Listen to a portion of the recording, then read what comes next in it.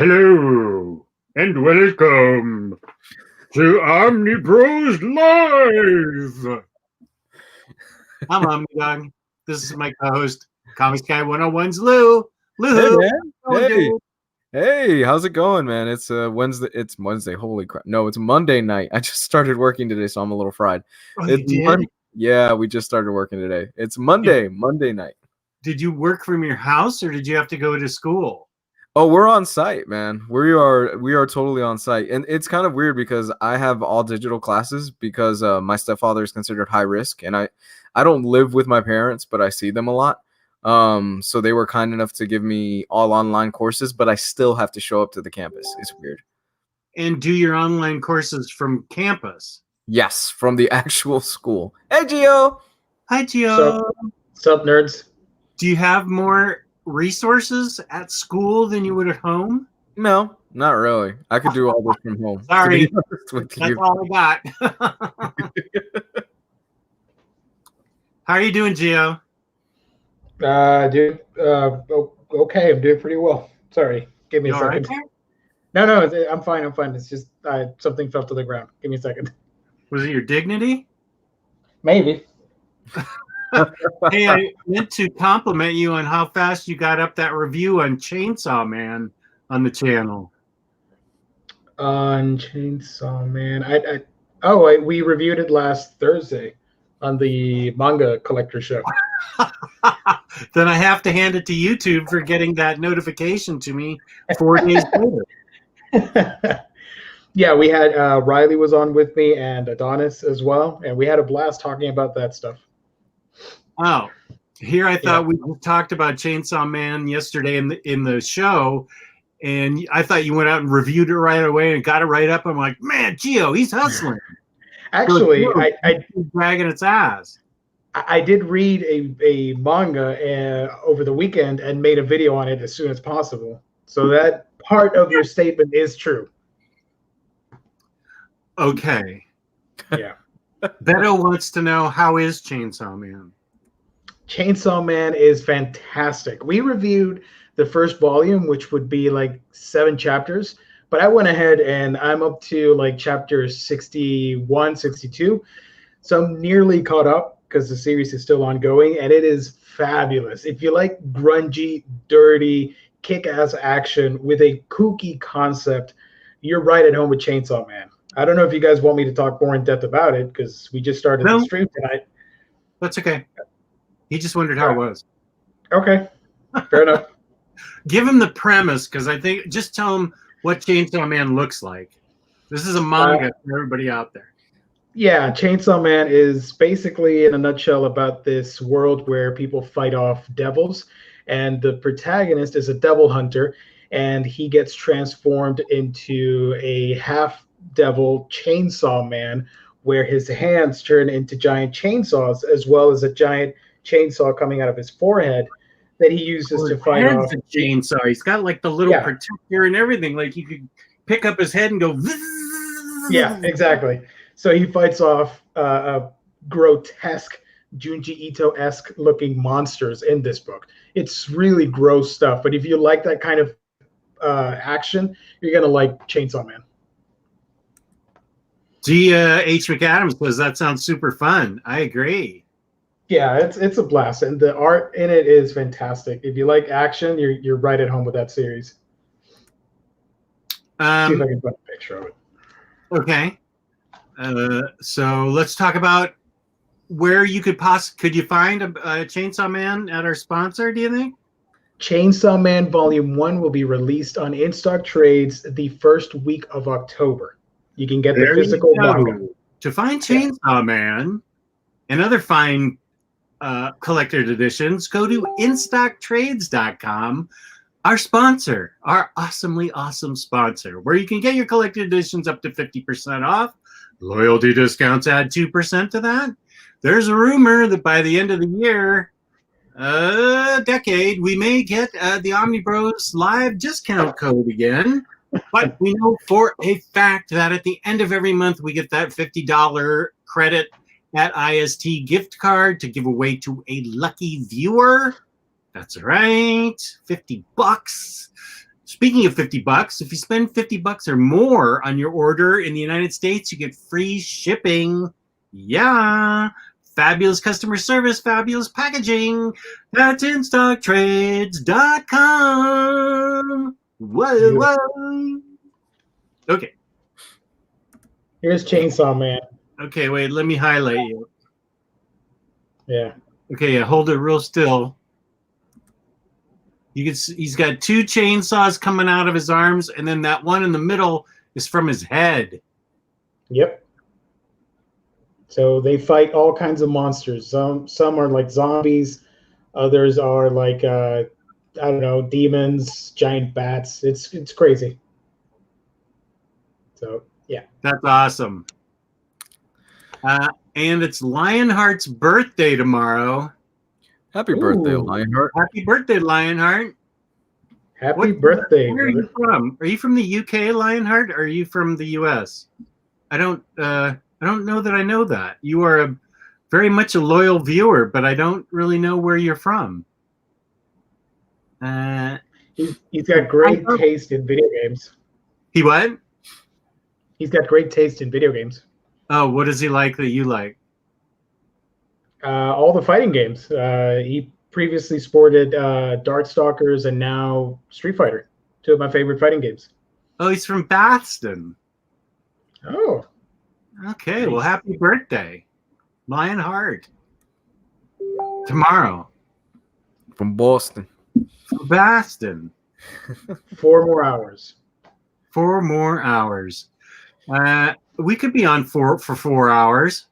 Oh yeah. Oh yeah. Let's go. Yesterday we were on for like 2 hours. It felt like. Okay. What's the longest show I think we've done is close to 3.5 hours at one point. 3 hours, 3.5 hours. That's when we didn't have any structure. We would just go for hours in the old days. For those of you just tuning in, this is structured. Somewhat. It was the one where I started it. It was a Thursday, and then Gabe arrived, and he took over and kept going for another hour. So I think it was like 3.5 hours or something like that. It was a Thursday. Yeah. I don't know if you remember. Like, hey, Gabe. What up, dudes? What up, Gabe Marino? What up, everybody? What up, everybody in chat? What are you doing? Gabe's just in time to tell you about our Patreon. Oh, it's time for our Patreon spot. All right, everybody. So check it out. Here's the thing with our Patreon. We got 2, count them 2. Uno, dos, 2 tiers. One tier is just a super simple tip jar. You can describe it as a straight up tip jar where you can just give us $1, you can give us $2, you give us $16, you give us $13, you could go $69, whatever amount you feel that you want to give us as a tip. It's just a straight up tip. Just a lot of people ask, how can I kind of support the show my enthusiasm and my appreciation for what you guys do? Boom, tip jar. It's $1. You can edit it to whatever you want. And then our second tier is the campfire tier. And what the campfire tier is, it's $5.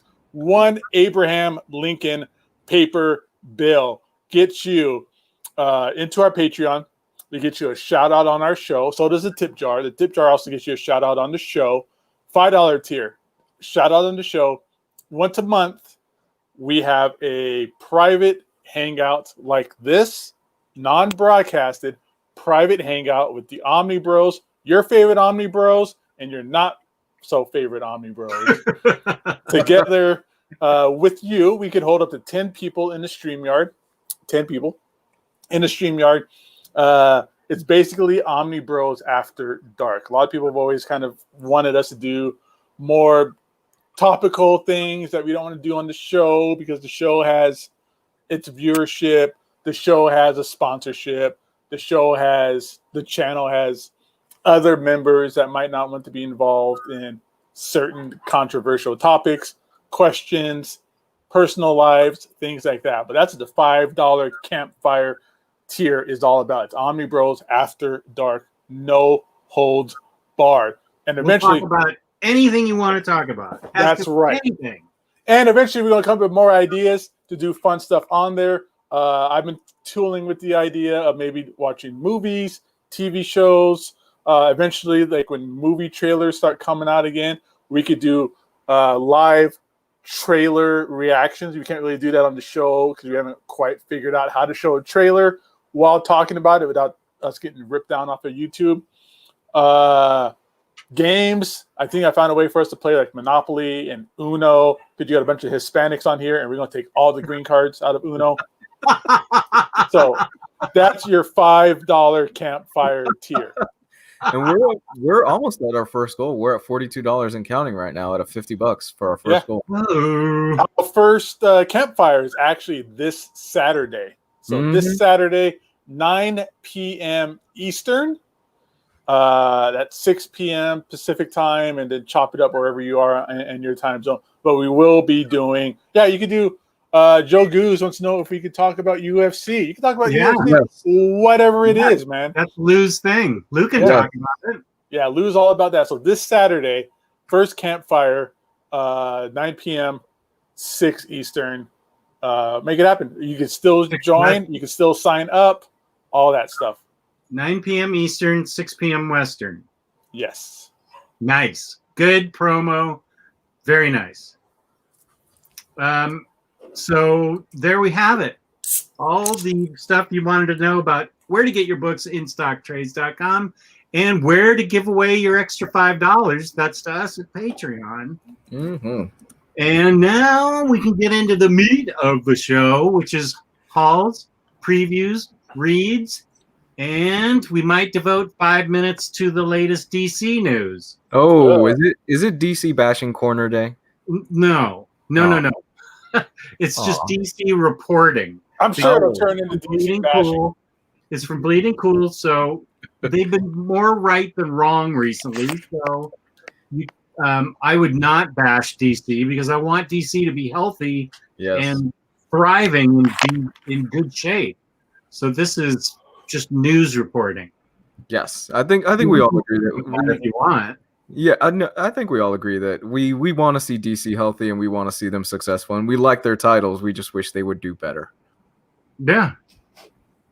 Do you want to lead with that or keep it for after the topic at hand? If it's up to you, whatever you want to do. I usually don't host this show. I'm usually the Sunday type thing, but it's up to however you guys want to play it. Let's do reads. Okay, let's do reads. What y'all fools read?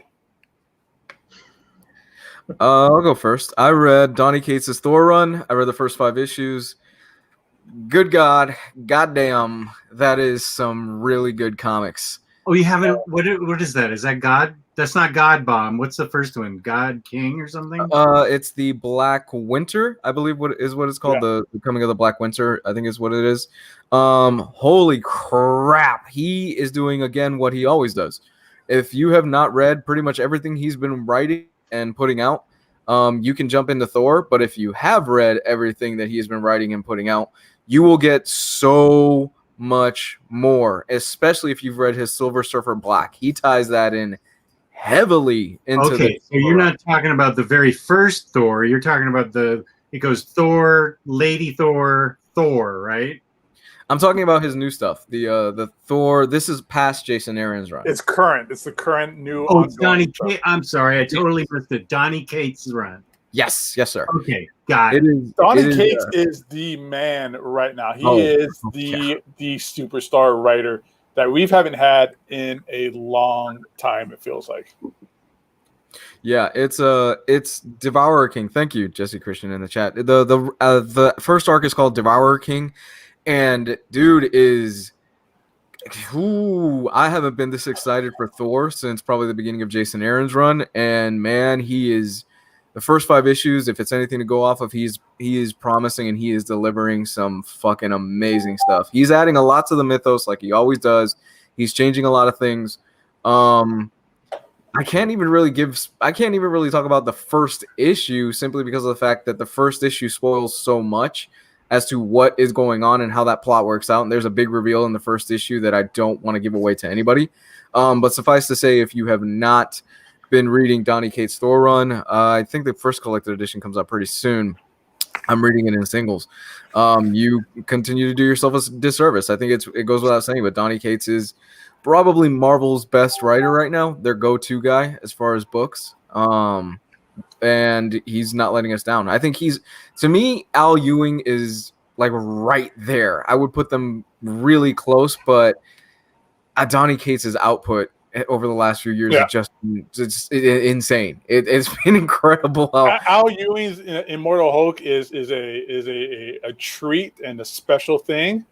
Donny Cates does like 3 books right now, doing Thor, Venom. God, he's got to be doing something else. I swear there's 3 books he's doing. But he's getting a lot more out of there, and it's all connecting. Yeah, and that's what's really impressive. I know some people online are kind of sticklers because Cates does change a lot of the mythos, and he kind of ignores sometimes continuity. I don't have a problem with it because I'm not a stickler for continuity because these are comics and Batman's died how many times and all these characters have died how many times and they've retconned how many. Take that back. Huh? I said you take that back. And they've retconned so many things at this point that I just don't give a damn. As long as you're telling me a good story, I really don't care for continuity at this point. Right. So yeah, he's really just inching out Al Ewing right now as my favorite current ongoing writer for comics. It's just insane. Nice. So I read that. I really haven't had much time this past week to go through books and stuff. I'm currently still going through the second book in the Stormlight Archive book series. Continues to be really good, focusing a lot more on Shallan in this book. It starts off a bit slower than the first book. I know a lot of people in the chat and that follow us, they read a lot of the Stormlight stuff from Brandon Sanderson. It's really good, but slower than the first book, and I've heard it does pick up and it gets a whole lot better. So I'm currently about 120 pages in, so I can't wait to continue and finish that. And that's for me. Okay. Man. Donny Cates is killing it, man. All of his books are blowing up in price, too. Like, those back issues are getting super expensive right now for Thor. I read a lot. Jess. Pulp. That's how I like my orange juice. Right. I read Lots this morning. This book was amazing. It deals with a guy that writes pulp for pulp magazines in New York City in the 1930s. And he also talks about his life in the late 1800s as a bank robber, as a farmer turned bank robber. So this guy went from being a farmer, then to a bank robber, escaping the law, to out in the West, to writing pulp fiction in New York City in the 1930s, like right before the Depression. Well, no, right during the Depression, and right as the Nazis were starting their move in Europe. So, and Nazis play heavily in this. You got Nazis, you got the Wild West, you've got 1930s New York City. This is Ed Brubaker and Sean Phillips utterly killing it. This is a wonderful book. Very short, very small. It's a novella, I guess, but I dug the heck out of this.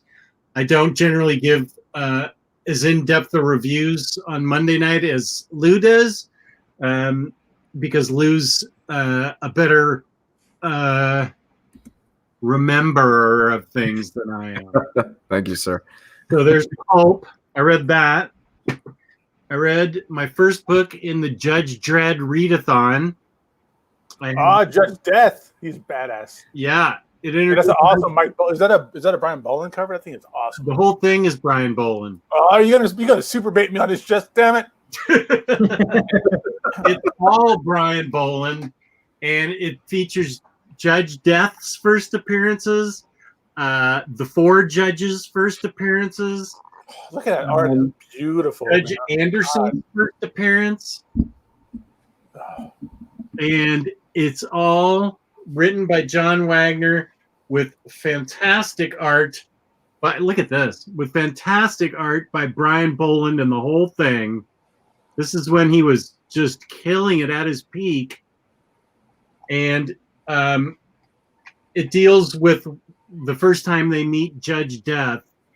And he's from an alternate dimension. And if you're living, he condemns you to death. That's the crime in their dimension, life, and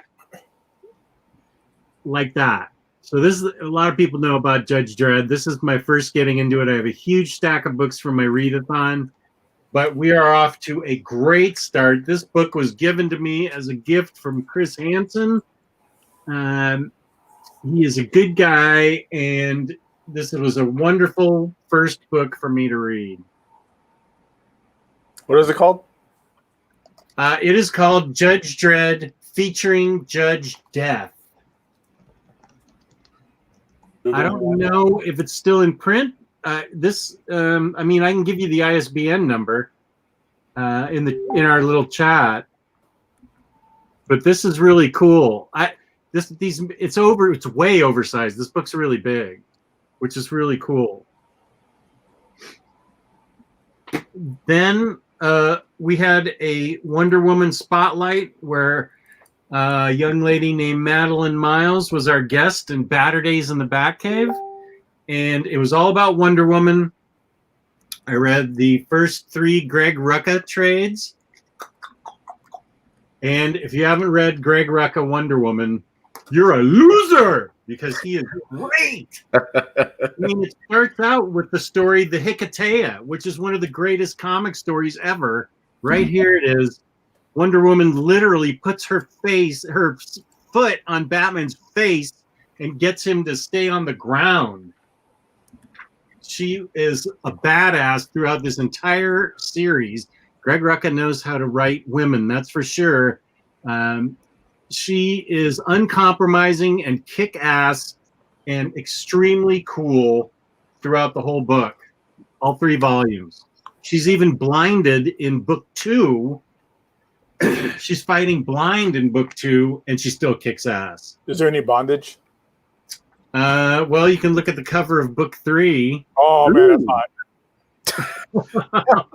hot. Oh, look, there's another furry. You got to remember.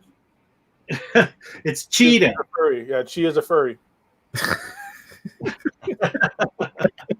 Put that on the list, Omar, wherever you are.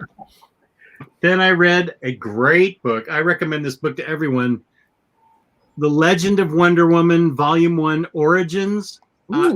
Great book to start out with. I have that and never opened it. Is it awesome? Oh, yeah. It's really good. It's perfect for the first-time reader, perfect for a long-time reader. Oh, look at that. Hold that back up. Hold that back up. Hey, Lou, there's your favorite actress right there. There she is. The son of a bitch. She's in a lot. She's like in the first 25% of the book. Everybody, fight this for Lou. This is going to be a Lou spectacular. Yeah, the art is great and the story is great, and I love this book. The team, husband and wife team, was on this book. I read up about them, and there's not going to be a second book. Yeah, they got into some financial shenanigans with somebody and did something. We're not spreading gossip here on the show, but they did some things, and they aren't going to be working on Wonder Woman or any other comic series for a while. That's beautiful art, though. Oh, beautiful art and great writing. Yeah. They're a good team. I love this book a lot. Highly recommend Legend of Wonder Woman, Volume 1. Was there any cheetah in there? I'm just asking for the furry content. For the furry, yeah. No, the main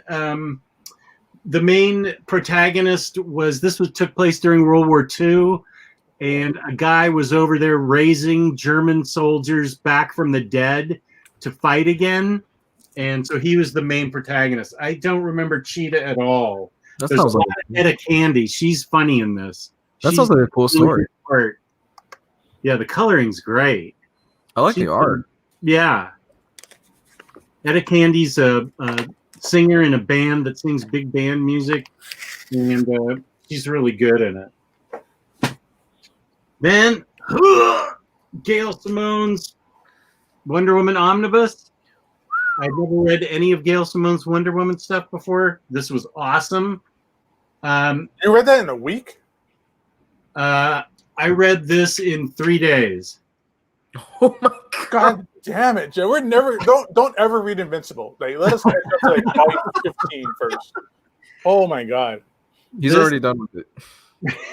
Yeah, I finished it yesterday. I started it Saturday. I finished it yesterday. The art in this is spectacular, and this is the most fights ever that Wonder Woman has ever gotten in. Every other page, she's in a fight with somebody, and she is kicking major ass and getting her ass kicked, and she keeps coming back for more. Nothing puts down Wonder Woman. And Gail Simone just likes to write Wonder Woman just battling throughout the whole book. So the villains are interesting and fun, and they seem crazy. Actually, one of the villains was called Genocide, and she was almost looked like Batman Who Laughs.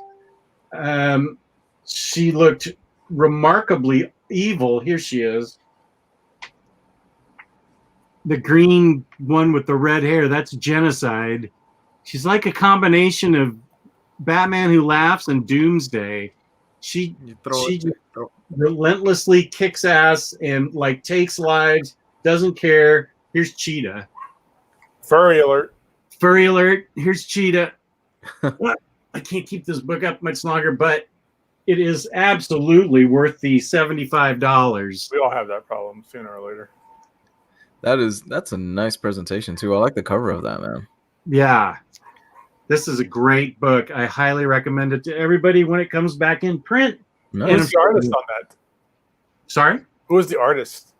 There were several. Oh, is there? Okay. The main artist was Aaron Lopresti and Bernard Chang. There's also a little Nicola Scott and Terry Dodson, Chris Batista, like that.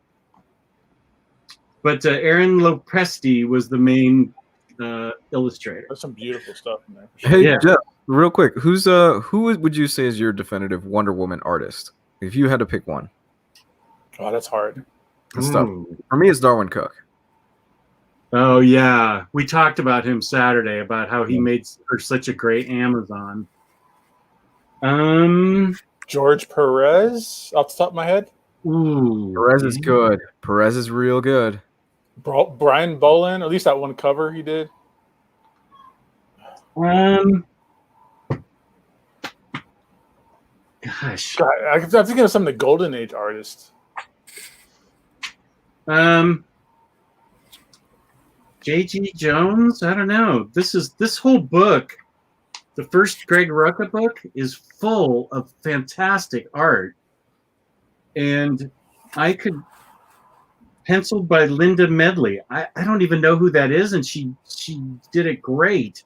And then here's some real bondage for you. There you go. Yeah.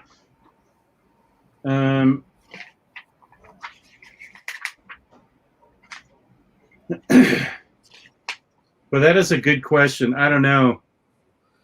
Ray Snyder did the art in this, and it's awesome. I don't know.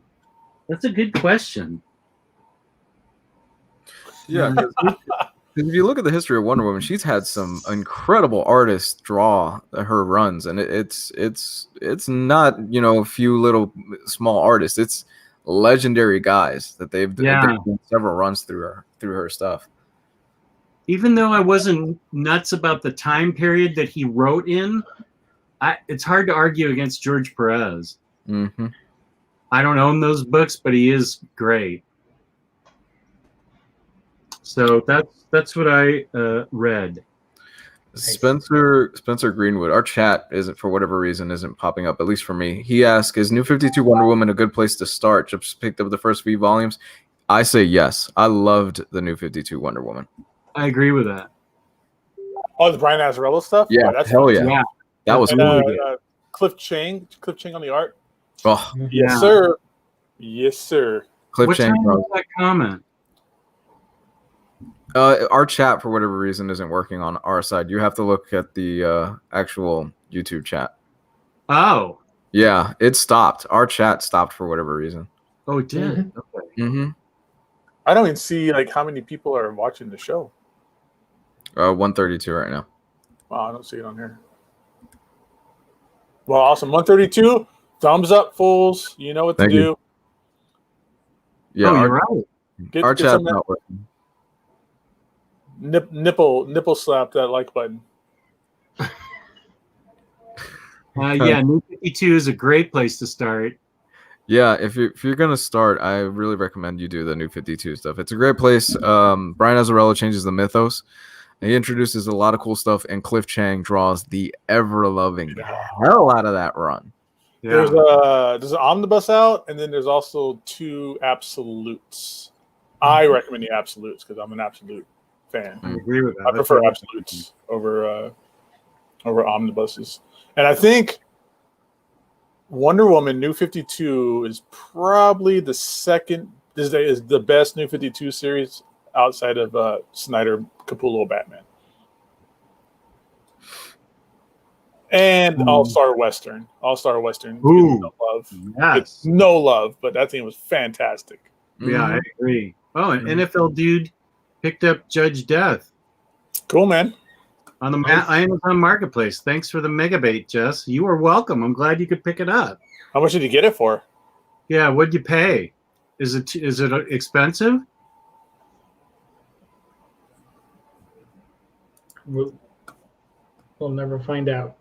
Because I'm looking on eBay, and it's kind of all over the place. Wait, where'd Lou go? I think Bye, he refreshed.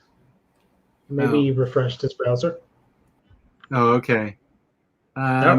Is the Now Gabe's Legend of gone. Wonder Woman a complete story? Yes, it is, Chad Omnidog. This is a complete well, we lost 2 people. What the hell's going on here? And I think it's something to do with StreamYard. And now the chat's working again. Okay, wait. Hey, yeah, I just Yeah. I had to reloaded the page because now the chat is working. Since I reloaded all right. the page. Yeah, same thing with me, and I see everything. Okay. So I think YouTube froze the chat. So I YouTube think page. also we've discovered, and this is a final answer, that George Perez is the Wonder Woman artist, Okay. according to the chat. Chad Omnidog, this is one and done. It does leave things open for other adventures, but this story is finished by the last page. So you can buy this and not be hanging on for 3 years like you are with the fix, even though you didn't like the fix, Chad Omnidog, and you're out of your mind. Somebody's asking what's the best of Wonder Woman run. You seem to be the expert, Jess, because you can read an omnibus in 3 days. Well, boy, that's a good question. Greg Rucka's first run, then his Rebirth run are really good, but I don't know. I feel a special affinity for that New 52 run. I really like it a lot. I didn't I read think it. that's the most accessible one. Yeah, I didn't read it for this weekend because I had already read it, and I think Maddie covered it, or Taylor did. I can't remember. Maybe Maddie covered it. So I didn't reread it, but I love that run. That's one of the runs that really helped get me into New 52. That and Batman, Aquaman, some of the other runs. Those are the top 3 that I really liked for New 52. Nice. We should do a New 52 like topic, like the good New 52 books, and talk about all 4 of them. Oh, I am so down for that. There's Batman. You got I Vampire, Demon Batman. Knight, Frankenstein. All-Star Western, All-Star Wonder Western, Woman, Aquaman, Wonder Woman, Animal Man. Harley Quinn. Oh yeah, Animal Man's great. Animal Yes, sir. Animal Man was good. Yep, Animal Man was good. Man, Swamp Thing. Swamp Thing, Swamp Thing. Harley Quinn. That's the one that made me fall in love with Harley Quinn. Batman. Yeah, okay, that is a great idea. I got some good ideas. I got ideas racking in my head of topics you guys can do. New Okay. 52. The good stuff in New 52 is really just the first wave. Maybe one or two in the later waves. Because I think Omega Men came out of like the third wave, like when it was DCU or something like that. But dude, Frankenstein's so good. Agents of Shade. Yeah. All that badass Doug Monkey art. And another topic. Oh, Red Lanterns. Yeah. Oh, that's good stuff too. You know what? I didn't really get into Red Lanterns until Guy Gardner got involved, and then when Supergirl got involved. Oh, that's the best when Supergirl's a Red Lantern. Yeah, before it was really just atrocities, just being emo little bitch. Seriously, like anybody that I stand behind that. I will die on that hill. And he just cried through that entire first half of that series. He cried all the time. Was Gotham Academy in New 52? I think that was later on. That was like I think it was late New 52. yeah. God, I don't remember it being in the beginning. No, definitely not. Because Bun Sinestro, that was good. Yeah. I was also thinking of a topic of big influential comic book artists. Big influential comic book artists. Tiny output. Example. Jim Steranko. Interesting. Jim Steranko. Sam Keith. Brian Bullen. None of these guys have long runs on the series besides Max and Sam Keith. Yeah. There's probably a few more out there. I can't think of. You put me on the spot, damn it. My chat is not caught up again. Nope. There, it just got caught up. That's weird. It's StreamYard. We're having StreamYard problems tonight. Oh yeah, Liefeld's Hawk and Dove. I even read that. Yeah, that's a 5-issue series. That's pretty good. Oh yeah, Earth 2 was good. Bill Sienkiewicz is another one. Anybody remember? Artist, very little output. Remember New 52 Grifter? Anyone? Yeah. Last Yeah. three You issues? selected that. Yeah. Yeah, Issue Life 0, man. I even read Stormwatch. I was like, oh, cool.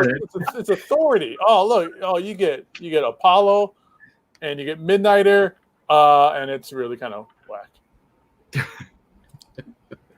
Anybody else read anything? Yeah, I'll go last if Gio has anything to read. Because my read's going to turn into my haul. I read what I bought.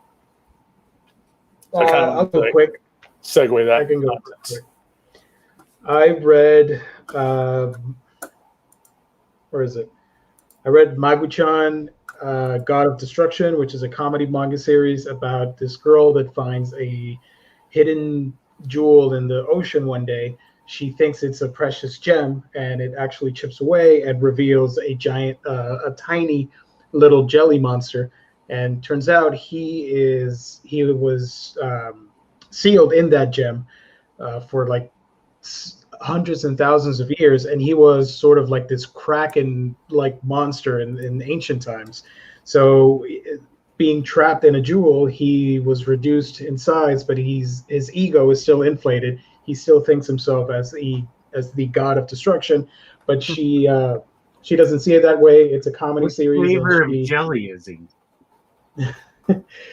So yeah, he's super tiny, and the comedy aspect that I really like is that she doesn't care, and she just sees him as a pet, and he thinks himself as this grandiose thing that he's going to destroy the world. It has a lot of It reminded me a lot of Invader Zim in the style of comedy a little bit. And it's just adorable. I like that he thinks he's a big, huge monster, but he can only shoot like an I-beam laser or something, and that's it. So I read that. Talked earlier about Chainsaw Man, which I read as well. Yes. And tell me more about Chainsaw Man, Gio, please. Gabe is going to talk about it. I got to go get something else to drink. Gabe is going to Gabe is going to go to door Saturday morning and preach the gospel of Chainsaw Man in a white shirt and a tie. And a little plastic name tag. Yeah, I do want to show you a cool cover, though. I talked about Chainsaw Man earlier when we started, but there's a really cool cover if I can find it. Give me a quick second here. The other book I read was Kaiju number 8. I made a video on it on my channel if you want to check it out. It's basically a manga that started last month about a character working on a kaiju cleanup crew. So when the Special Defense Force kills off a kaiju in Japan, the carcass, somebody has to clean that up. So the main character, he's a early 30s individual, and he is part of that cleanup crew that they go in and dissect the animal and splice it up. So he eventually, shenanigans ensue, and he gets turned into a kaiju creature himself. So it's an action comedy series. So I thought it was pretty fun. It's awesome. Yeah, dude, that Chainsaw Man, dude. I'm in. I'm so hard for that Chainsaw Man book. Real quick, Jimmy Owens, we can't really highlight comments right now because StreamYard is really funny, but thank you so much for the $5 super chat. Dude, thank you, Jimmy. Yes, sir. Where's that? Oh, thank you, Jimmy. Jimmy, yeah, thank we're you. having a problem with our our StreamYard chat. Gabe, look at this cover. Oh, look at that, man. He's on a chainsaw, and he has chainsaw for arms like he's Baraka from Mortal Kombat. I feel like Gabe wrote this comic in his dreams. Oh, my God. It's fantastic. I actually was making fun of those books like, what is it, Zombie Tramp and Vamp Blade or whatever, and I was like, I want to make one called Chainsaw Slut, and this already came out. So you're going to love it. It's really fun. So that's all I've read. Oh, and I've been reading more Fables. Making my way through book 5 for a video on Friday. Yeah. That's awesome. Book 5 here. Yeah.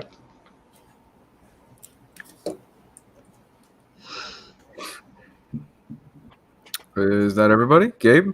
Give me a second. Yeah, let me see what I got here. So I think continuing to go through, I should say, Invincible by Lou or by Jill. So going through Invincible Volume 2, awesome stuff still happening in this book. Just to find out when he reads it, like probably in one sitting on the toilet or something. But you get lots of cool undersea adventures in this book, with Mark going undersea for a weird marriage ceremony. You get a lot of cool like sci-fi sciencey stuff going on. So still going strong, going hard in the paint when it comes down to the awesomeness that is Invincible Volume 2, where this is where Ryan Otley really strays away from kind of echoing Corey Walker's art and is doing his own art. So you get a lot of his great Sorry. Okay, sorry. I'm trying to get it so I can see these. Hold on real quick. Can you guys see the chat now? Because it updated for me. No, not for me. Not for me. That's what I think. I had to go to Safari and pull up YouTube so I could see the chat. Because I think if we log in and log out again, it updates. But it's crappy. Go ahead. Keep going, Gabe. Cool, man. Yeah, so Invincible Volume 2, going through that, about halfway through that. And also some more Robert Kirkman stuff. Firepower came out this week. Single issue for Firepower number 1 came out. And you get a double dose because of Firepower number 2 also came out this week. So with Firepower, just so everybody knows, if you got the free comic book day, you got issue 1 because issue 1, the new release, is the same goddamn book as the free comic book day, which is cool. Free comic book day gives you a full real comic.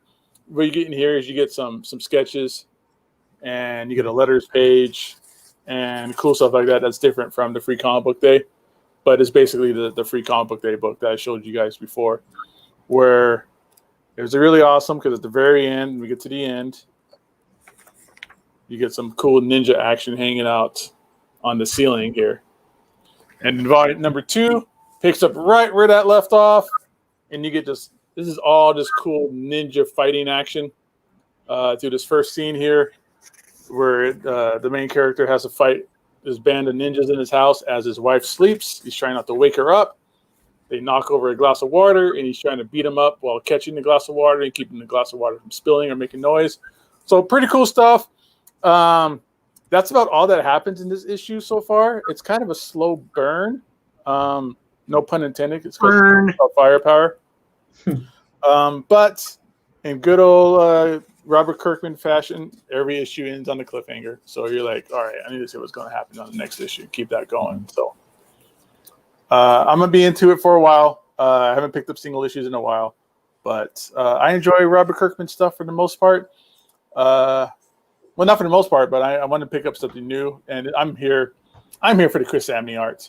I'm here for the Chris Samney art, which is just incredible. Like, look at all this cool ninja action that Chris Samney is giving you through these panels. And it breaks my heart that he does not sell his pages, because I would love some of this ninja action art from him. But yeah, that's a series I'm going to start reading solely for Samney's art, because it's that good. Yeah, his art. The word bubbles then? What's that? Do you need, if you're going to read it just for the art, do you need the word bubbles? You need the word bubbles. There's actually a story happening. It's a slow burn story. So it's weird how they did Firepower. They apparently already have, before issue 1 came out, there's already like 20 issues already done and completed. So the very first appearance of the Firepower series is a trade paperback. It's like an 80, 90-page trade paperback. And then you get into the free comic book day, which is basically issue 1. Then issue 1 came out and issue 2 came out at the same time. But you need that trade paperback. That trade paperback is the coolest stuff of the book so far, because it takes place in the past. And this current stuff is the main character is now married and he has kids and he has barbecues with his family and his friends and his coworkers and all that kind of stuff. And his past is starting to come back to haunt him and kind of starting to pull him away. But you really need that trade paperback, I think, to really get a solid foundation of what the story is going on about. It's 155 pages. Thank you, Roberto. But yeah, you need that trade paperback to really, I think, get a grasp of what's going on with the series. Oh, it's working for her right now. Yeah, it started working again for whatever reason. Because I left. I think it has to do with the logins. Oh. Every time somebody leaves and jumps back in, the chat updates. So I think the problem is StreamYard. I don't know, updating live at the moment. I don't know. Let's see if I can get back to that $5 super chat. Here it is. Boom! Thank you. Boom! There it is. Thank you, Jimmy. Awesome, Jimmy. Jimmy's great. He's been awesome from the beginning. Jimmy is great.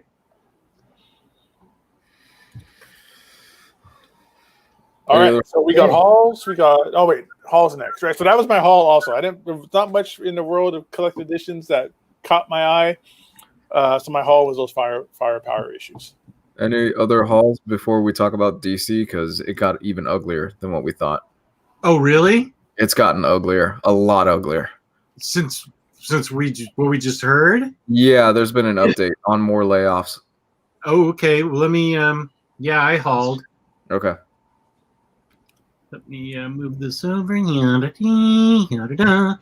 I got Napoleon Dynamite, the comic book, Impeach Pedro.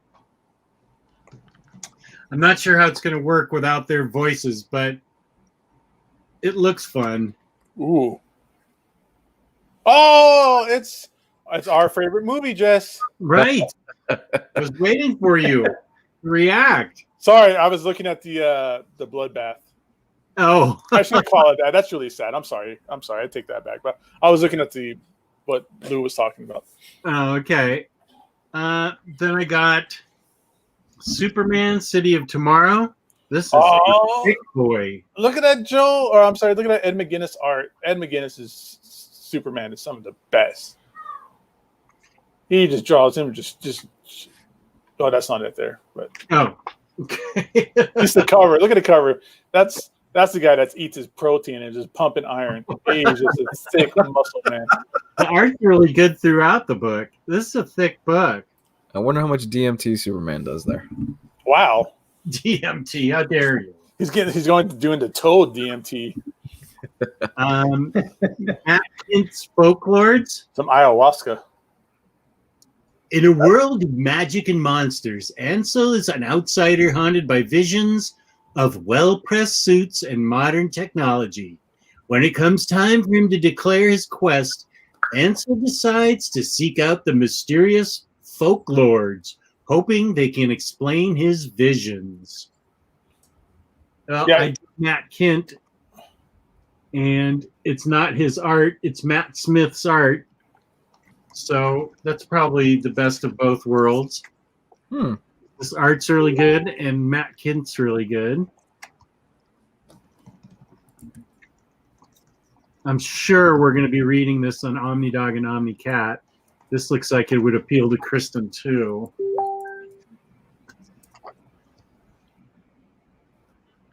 Then I got book 5 of Tom King's Batman with the black spine. And Womp womp. I'm reasonably excited about this because I love Tom King. And then 2 crime books that Taylor Brown, the Minister of Comics, heard about and suggested I get for our Doing Crime Corner. Hot Lunch Special from Vault, I think?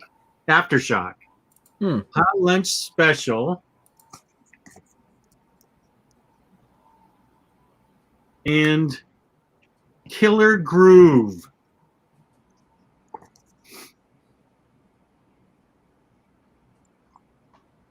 Never heard of those.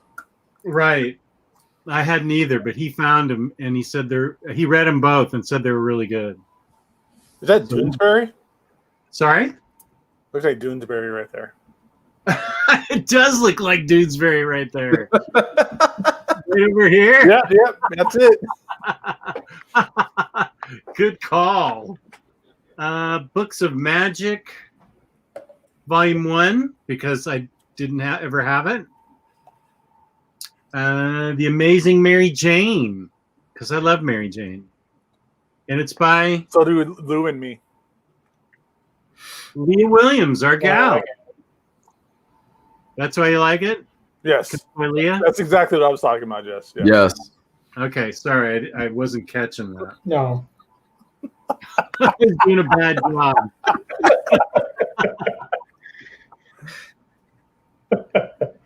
Anyway, here we are. She is currently the best artist working at writer working at Marvel. Right. That covers I it. agree. We got to get her on the show. Everybody tweet at her that we want her on Omnibroslive Monday. Yeah, please. For 3. And Lucifer 2. Oh, I love that cover. That is Boss. Mm-hmm. It's like the cover of some like death metal album. Yeah. Okay. And the most important thing from eBay, Mad Magazine, 8th annual edition of The Worst from Mad. Why is it important? Because the Mad Zeppelin is still intact. You can't that's find cool. these with the Zeppelin still in there, and it builds this thing. I had it hanging from my ceiling as a young man of 9 years old, the Mad Zeppelin. And I'm not going to take this out, but it punches out and you put it together and it forms the Mad Zeppelin. and this is hard to find. We all buy back our youth. Yeah, and it's got all the great Mad Magazine stuff, which I love. So, and it was in pretty decent shape. Yeah, not bad. That looks pretty good. I'd say it was like. I mean, the main part is the Matt Zeppelin piece is still intact. Exactly. That's why I wanted it. Yeah. Jesus. So that's me. Whoa. Hey now. Every time we change over here, we're in different positions. It's like the Karma Sutra. It's Russian roulette. So where are we? Any hauls, Gio? I didn't haul anything. No. Yeah, and I'm all digital. All right. Let's get into this. So before we start on this, I want to preface this by saying that we don't wish any ill will on DC. We love their comics and we love all the stuff that they put out, and this sucks for absolutely everybody involved in this, and we never want to see anybody lose their job, especially with everything that's going on right now. Right. But I think we can all agree that the writing was on the wall for a lot of this stuff for a while, to a certain extent. So let's kind of get into it real quick. We'll just go through this really quick, and then we'll get your thoughts. This is from comicbookresources.com, and they're reporting it through Warner Media and a bunch of other websites, so this is legit. Warner Media began its rounds of layoffs earlier today amid restructuring efforts, which have reportedly affected DC Entertainment. Comic Group Resources has confirmed that the layoffs are real, but we do not yet have a clear picture who has been let go and who is being retained. Amid massive layoffs at Warner Brothers, I'm getting word of an absolute bloodbath at DC. Comics journalist, wow, that's a job, Asher Elvin tweeted. Bob Harris is apparently gone. So are editors Mark Doyle, Brian Cunningham, Andy Kohiri, and Jim Lee is still with the company, but he is no longer publisher. So he's getting demoted. Who here likes DC statues? Everybody? Yes? Yes? Yeah. Everybody? Those are gone. Yeah, those are gone. Yep. Gone? What do you mean gone? DC collectibles are gone entirely. Bleeding Cool also confirmed Elbin's list of names while adding that Mary Javins, executive editor of Global Publishing Initiative and Digital Strategy, is being elevated. Variety reported earlier today that approximately over 800 Warner Media staffers were to be laid off today, with approximately 650 Warner Brothers staff and 150 to 175 HBO staffers let go. The move comes as Warner Media CEO Jason Kilar, wow, that name, looks to streamline the Warner Media business with a greater emphasis on HBO Max, the company's new streaming service that offers content from Warner Brothers, DC, Sesame Street Workshop, Turner Classic Movies, Studio Ghibli, Cartoon Network, Adult Swim, Crunchyroll, and Looney Tunes. DC is slated to have a big presence at DC Fandom on August 22nd. That's going to get awkward. DC Fandom is a 24-hour virtual fan convention with scheduled appearances by a number of DC creators, along with the first look at anticipated films such as Batman, The Batman, and The Suicide Squad. So that's, as of right now, the latest thing that we have right now. Wow. That sucks. Dropping the axe. Yeah. So some people are in the chat are saying that DC collectibles will be licensed out to a third party. I'm just reporting what I've read. So don't kill the messenger. Yeah, I mean that's all speculation. With them being outsourced or not, it's also quite possible that they're just fine with letting their third-party companies who are making their collectibles just continue on that way. They don't need to do it in-house anymore. Why do it in-house? So, but I think we can. The writing was on the wall for this for a while. I think we've been talking about it for a long time. Well, it's happened more than a year. It happened not too long ago. Another massive layoff. What was it? A year ago? Beginning of the year? What year are we in? I don't know what's going on with COVID. But they this happened not that long ago, like right when all those cancellations started happening. It's not surprising. That's rough. Bob Harris, I'm sure he would land on his feet. He's been a big name in the business for years. Bob Harris was X-Men editor in the 90s for a long time. So I'm sure all these guys, I have high hopes, just to stay on the positive side, I have high hopes that everybody's going to land on their feet, whether it's in the comic book business, at a different publisher, maybe their own publishing company. I have high hopes, or maybe they find a different job outside of comic book publishing. I want to look on the positive of this real quick. Restructuring could be a good thing. It could mean better streamline outputting of collected editions. I don't want to get into what was said in our personal chat, but I think someone somewhere somehow a little bit in the collected edition was affected with the layoffs. But I am looking on the positive, staying positive with this. This will hopefully streamline the DC comics. They have been a wobbly kind of footing for a long time. And nobody likes the idea of layoffs, but companies do that in the effort to save money, restructure, rebuild. And I'm excited to see what can come out of this down the road. Well, I'm kind of wondering if it's what we've been talking about, where DC just doesn't see the need for monthly books and is going to go that collected edition route, or is shifting gears to online only. And, you know, all the changes that are happening right now and a lot of layoffs, which really suck. Yeah, it's, I don't know, man. I don't know. We're in uncertain times right now, and DC Comics the comic division seems to be in an uncertain place at the moment. So. And as far as we know, nothing's affecting output of comic books. You know, like the scheduling is still up, apparently. You know, books are still being produced. Books are still being shipped. Books are still landing in stores. Books are still going to be landing in people's pull boxes. Collected editions are still landing in IST and wherever anybody else is. So that's not being affected.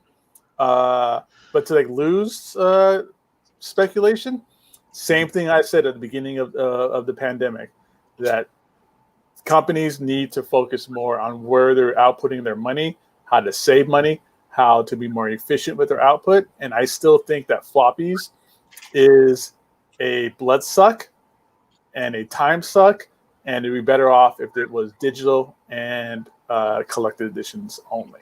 So we'll see what happens with that.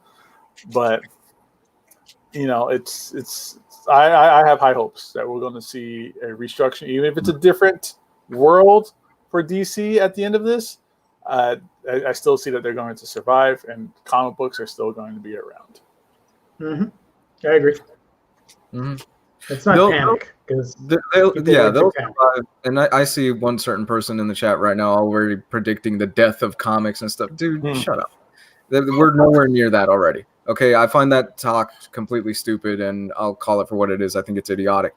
We gotta stay positive with this, guys. It's making this a witch trial or a chicken little in the sky is falling type of situation. It sucks for these people.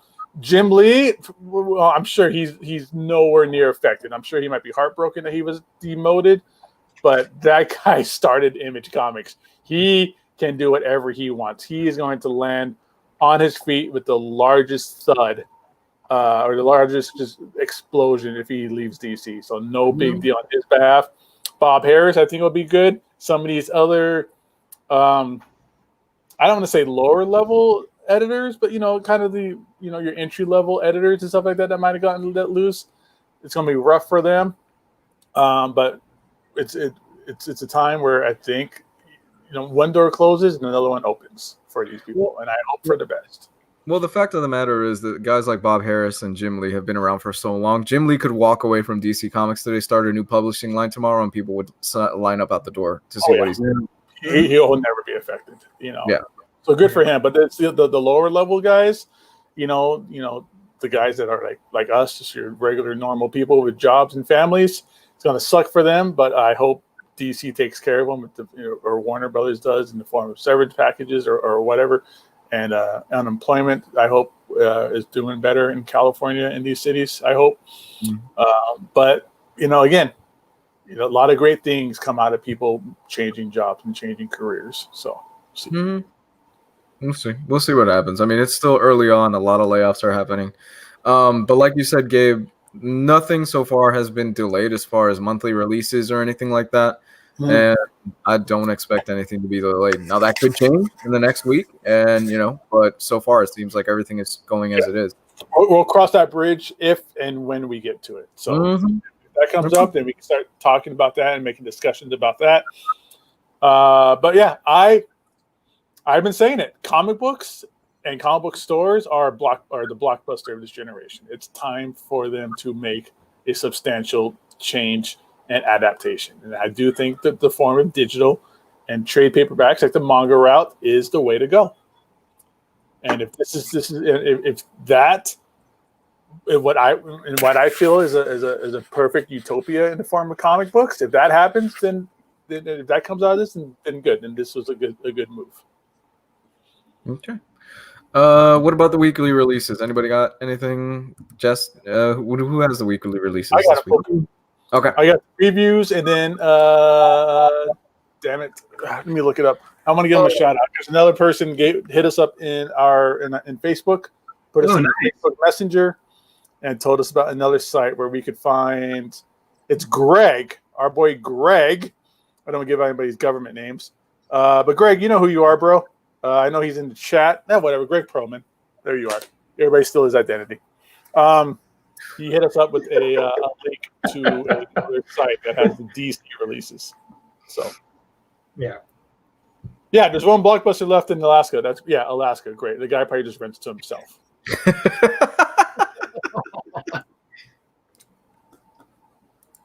I'm worried at least about the DC Bombshells line because that might be going away soon for the statues. Why did you say that?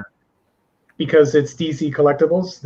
I don't know if they're going to outsource that to another company to make those statues because they've already got partnerships. Imagine if those things went through like XM or those things went through Sideshow, homie. Yeah, but they're going to be expensive though. I'm okay because I don't have room for anymore, so I'm fine. Yeah. Sorry, Can you imagine a bombshell Harley Quinn at $1,000, 36-inch tall statue? That's going to look fantastic. I will buy that first day. If I like the face. I have to like the face. Yeah. They put her in so many weird faces. I just don't like the faces they put on her, especially Sideshow. Yeah, it depends on the artist. All right, so let's go and get this started up, boys. So here we go, everybody. Here it is. Wait. Chris Kaufman, Super Chat. What? Thank you. Thank you, sir, for the Super Chat. Wait, what happened to the... I stopped it because reasons. Goodbye, Warren Weaver. Again? I just banned him. I muted him. I thought you muted him before. Yeah, I was being nice and I timed him out. Now I just muted him. Bye. That's crazy. Can you delete his comment too? Yeah, I don't like that at all. Aw. I thought I did. Oh no, maybe we can still see it because we're here. I don't know. Whatever, folks. Gosh. Let's get the important stuff right here, right now. Let me go back to the screen share. I stopped it because I like to do I'm going to try and do the video afterwards again. I forgot to do it the last couple of weeks because reasons. So here we go, everybody. Let's take a look at this week's releases for August 12th, 2020. That's Wednesday, but tomorrow on Tuesday, August 11th, our awesome, amazing, incredible, fantastic, phenomenal sponsor, InStockTrades.com, will have these up for sale at 12 noon Pacific time, 3 p.m. Eastern. So you see some good stuff on here. Make sure you hit up InStockTrades.com first to find these awesome books. All right, let's start off with Image Comics, something we were talking about a little bit on yesterday's Sunday Fun Day show, and that is Ed Brubaker and Sean Phillips' Cruel Summer hardcover edition. Yay! There for all of you Criminal fans.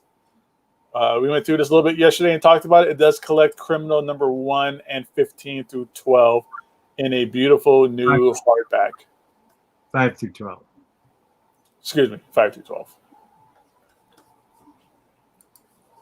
And moving on with Dark Horse, we got some Avatar: The Last Airbender trade paperback omnibus and Disney's Nightmare Before Christmas. You get that for any of those emo chicks you want to impress. That's a fact. Hey, yes. those were the favorite girls that I dated in high school. So, and IDW, we have Croto Maltese, something else, whatever this is cool looking cover. And then we also have Sonic the Hedgehog trade paperback volume 1. There's actually a question that I should answer. Okay. Justice Criminal 2 through 4 in another book. Yeah, that's what's going to be in the 3rd Criminal oversized hardcover released at the end of the year. And besides that, it includes Deadly Hands of Criminal and Savage Sword of Criminal, and My Heroes Have Always Been Junkies, and Bad Weekend. So that's, if you get Cruel Summer and the deluxe number 3, you will have all of the current output of Criminal. Can't wait. Get those. You have to buy Cruel Summer, and you have to buy Criminal Volume 3. That's not me asking. That's me telling you. You have to buy those. And Omnidog is the law. Judge Omnidog. DC Comics is up on here this week. We have a DC poster portfolio from James Jean. Those are oversized, like pull-out posters that you can hang on your wall. And then in 50 years, you're going to go on eBay and try and find a copy of it where it doesn't have the posters pulled out, like Jess did with Mad Magazine. And then we got Justice League of America trade paperback, Silver Age. Is this the trade paperback? I'm sorry. It's a reprint of the Omnibus. Is it hardcover or? Yeah. Omnibus hardcover. Yeah. Okay. So that's the hardcover. This is like its 3rd reprinting. And then we got Wonder Woman issue number 750, the deluxe edition, which is a hardcover edition of issue 750. Then we also got Wonder Woman, the Ikatea deluxe edition. There you can see Wonder Woman's boot on Superman or on Batman's head. Yeah, that's going to be oversized, so it's going to be bigger than the version that was released earlier, and then bigger than what's in Greg Rucka's trade paperbacks. Yep. Marvel Comics this week. We have Captain Marvel Many Lives of Carol Danvers trade paperback. We got Hellstrom Evil Origins. We got the awesome Heroes Reborn Captain America. That's the awesome Rob Liefeld stuff. Marvel Masterworks Fantastic Four hardcover volume 22, along with the variant DM cover. That's some awesome stuff right there. That's part of the John Byrne run there. I don't have IST's 50% off. I couldn't get it in time. It's a huge guess. I can't say for sure, but if there is any 50% off, those would be the 2 books that would get it. Yeah. If there is any. I can't say for sure. And then we got Scream trade paperback volume 1, Curse of Carnage. Spider-Gwen graphic novel, Amazing Powers. Spider-Ham trade paperback, Apocalyptics Now. Yes. And Star Wars, Darth Vader, Darth Lord Sith. I'm definitely getting. I got it. Took me a while, but I got it. Oh, the Apocalypse Now? Yeah, the reference of the movie. Apocalypse Now. I got it. Also, Symbiote Spider-Man trade paperback for Alien Reality. Boom this week. Ben 10 graphic novel. Buffy the Vampire Slayer Legacy Edition trade paperback. Happiness Will Follow original trade paperback graphic novel hardcover. And Lumberjanes, Lumberjanes trade paperback volume 15, everybody. Hey, That's the can you last one, highlight right? Street Skies over East Berlin? I think that book's going to be bitchin'. Yeah, this is a good book. I remember when the singles was coming out. So Skies Over East Berlin. That cover is incredible. Nice. Yeah, a lot of people were really clamoring for when this book was coming out in Oh, singles. cool. That's good to know. I want to get Ooh, that it's about book. aliens. Aliens, yeah. Yeah. Land in a communist territory, and an American spy needs to get there first Nice. during the Cold War. Interesting. In Soviet Russia, you land on aliens. And then here is the manga and everything else section. So I'll just scroll through here, see if there's anything here that we want to just kind of just highlight or pinpoint. And as always, go for it, Gio. I know, it's okay. Keep going. Oh, okay. I was going to just pimp you out, man, and say, yo, if you guys want to get a better look at the previews for manga every month, make sure you tune in to Utako Bros right here on. Wait, is that BTS, like the K-pop group, Gio? No, I think it's something else. Blood and something. No. The card captor, like what you need for your TV to see your video games? No, just a card captor is a Pokemon card. Capture Pokemon. No. A capture card, but this is Card Captor Sakura. Okay. Well, yeah, so Nice. Utako Bros right here on the Omnibus Collectors Network every other Thursday. And is it the last Thursday, Gio, that you do the previews, or how do you have that kind of scheduled out? Usually the last Thursday.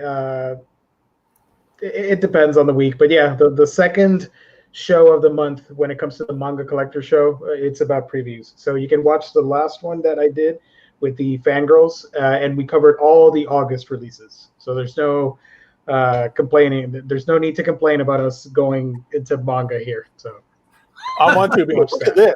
Look at this furry book right here for everybody. This lady is going into the back of this creature, like it's a zipper in the back. Gets turned into a furry beast, and she gets inside of him and helps him fight. Look at that tauntaun. Wait, I think I saw Alan Moore on the cover of one of those. Back it up a little bit. The Gatherer. I think Alan Moore was on that cover. What now? Yeah, that's Alan Moore. Oh wow. Yeah, that's totally Alan Moore. It is. Whole lot of manga, man. They're just unleashing these things. Yep. The reason it's overtaking.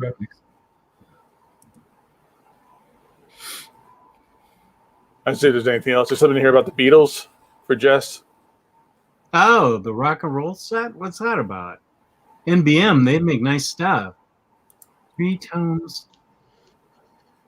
Oh, it's a set of 3 tomes on great rock and roll artists. Beatles, Rolling Stones, and Bob Marley. Cool. Interesting.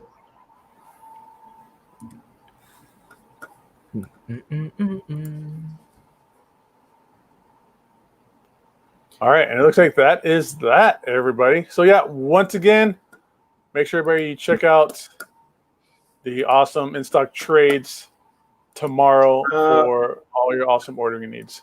They had Can some you check? Go ahead. Yeah. Now I was going to say if you could check the site that Greg gave us, because I think there's more DC books coming out than the ones listed.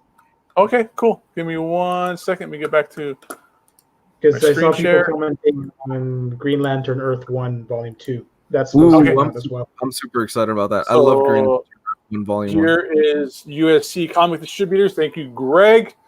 Yeah, there is more stuff on here. All right, cool. So on here we also have a very rare unicorn, which is a Aquaman Deluxe hardcover edition. Deadly Waters for Geo. Yep.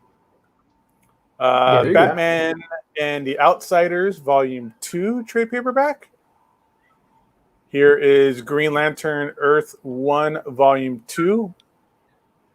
There we go. By the awesome Gabriel Hardman. Yeah, I love the first volume of that, so I can't wait to read this. And his wife, Karina Beckel, are the ones that do the work and the art on that. We talked about Silver Age, Justice League of America reprint. Paul Baker just asked me about that book. I think, let's see. Hey, Jess, have you read the Silver Age Justice League stuff? Yes. I enjoyed a lot about Amazing Spider-Man Volume 1. Is this content any fun? It was fun for me because I grew up with it. The thing you have to understand is in every issue of every story in this book, first thing that happens, they take Superman out of the story.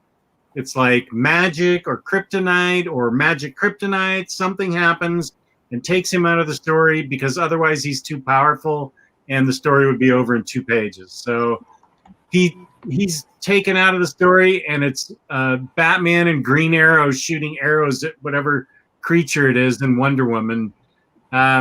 So it can be fun. I think I would probably. I mean, I like it, but so much Silver Age stuff people don't like because the writing's so blocky and expository and stuff. So if you like the early Spider-Man, you might like this. That's the best I can do for you. I hope you like it if you decide to get it. Then we also have Lois Lane and the Friendship Challenge. Getting it. Ruby. Roo. Wonder Twins Volume 2, Rise of the Wonder Twins. There's a Wonder Woman 750 Deluxe Edition hardcover. The Mini Lives of Maxwell Lord. And that's that.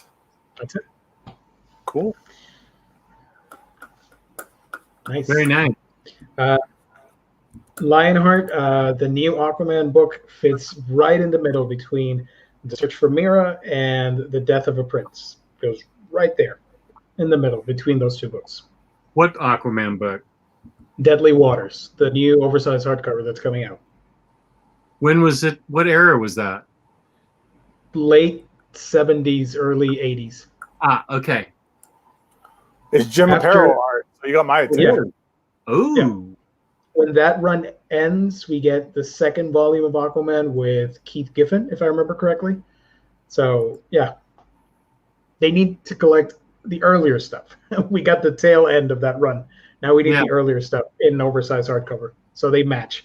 But knowing it's DC, they won't fulfill that request. There's nobody there to listen to your requests now. Yeah. I am going to get it, but I'm not holding my breath for more volumes anytime soon. Gio, I'm sure if you knock on DC's door, they'll make you publisher at this point. Sure. I'll tell them I've got experience. They'll believe it. Look, I got a couple YouTube channels. I know what's up. Chris Kaufman, do we have to buy the Hikatea book to get the Rucka Wonder Woman omnibus? Maybe. It is okay. Okay. Just you know what happens is if you buy it, then they're going to make a better version of it. The Hikatea is also in volume 1 of the trades. Rucka's Wonder Woman. Yep. So you know. All right, guys, I got to get out of here, though. All right, let's go ahead and make this happen, everybody. Jess, let's go ahead and get this bombed out, man. You ready to do the next IST? InStockTrades.com, where you can get your collected editions up to 50% off. Loyalty discounts add 2% to that. There will possibly be an OmniBros discount code before the end of the year, possibly, maybe. Every end of the month, we get a $50 credit gift card to give away to viewers like you. That's right. We have a winner at the end of every month. $50. Speaking of, if you order $50 or more worth of books in the United States, you get free shipping, fabulous packaging, fabulous customer service. That's InStockTrades.com. Yes. Thank you. And Lou, where can they find you? You can find me at Comics Guide 101 on YouTube and on Twitter. Those are the best ways to get a hold of me. Geek and Weekdom? You can find me on my channel, A Week in Geekdom, where I talk about anime, comics, and manga. That's A Week in Geekdom here on YouTube. And Gabe Loves 90s Comics. Gabe Loves 90s Comics on the Instagram. Don't add me on Facebook. You can find me on Omnidog's Vault on YouTube and on Instagram, Omnidogs_Vault. Yeah. This Saturday, campfire hang, right, Gabe? Oh, yeah. Go ahead. Saturday. Saturday. Give me 1 second. Let me bring up the Patreon stuff because we got a couple new people recently. All right. So, yes, that's right. This Saturday is our first OmniBros After Dark campfire. So, huge shout out to everybody there. It's going to be this Saturday, 9 p.m. Eastern, 6 Pacific. You get to come hang out with your favorite OmniBros, and we get to discuss whatever topic that comes up. Nothing is off limits. Bring some questions. Bring some topics you want to talk about. BYOB, BYOD, and let's make it happen. That's for our $5 tier, and also with our patrons, we got to do the one, the only, the awesome. Here it is. I'm stalling. Sorry, stall a little bit more. Thank you for the compliment, Freddie Alonso. This Batgirl shirt is awesome. All right. So extra love and shout out to all the support coming from Joey Guzman, Parker, Nathan, Drunk T, Steven Simpson, Mason Grimes, Jamie Gavin, Remco, Ian, A. Martin, Zach B., and Martin Pilgrim. Those are all of our awesome Patreon people. So that's the tip jar, folks. That's a $5 tier, folks. $5 tier, folks. We'll see you this Saturday. Let me just say, if I was still drinking, this is the show I would be drinking at. I would be looped for this show. But I'm drinking, so I can't. But that's the kind of show it's going to be. But you can take some extra painkillers, Jess. Okay, I will do that. For Saturday's show, I will do that. BYOPK. Bring your own painkillers. Also, congrats, man. Congrats on getting that book. What's that now? No, N-Man was telling me about a book that he was going after, and he found it. Yu Yu Hakusho, Volume 5? Yeah, that particular volume's out of print, so he was having trouble finding it. He got a copy. Nice. Good for you, N-Man 40. Jess, you've been getting nothing but love with that back row shirt through the whole show. Yeah, really. I didn't get anybody noticing it. No, there is a lot of comments about your shirt today. Oh, really? Yeah. T-Lar Blunt says, I just wanted to say Comic Guide 101's voice sounds super sexy and great night. Thank you. Nice. Okay, so thank you to everybody in the chat. You guys are great tonight. Thank you, except for that one guy. And thank you to all our viewers. Thank you to InStockTrades.com. And we say to you, peace and love. Peace and love. We love you, except for that one guy.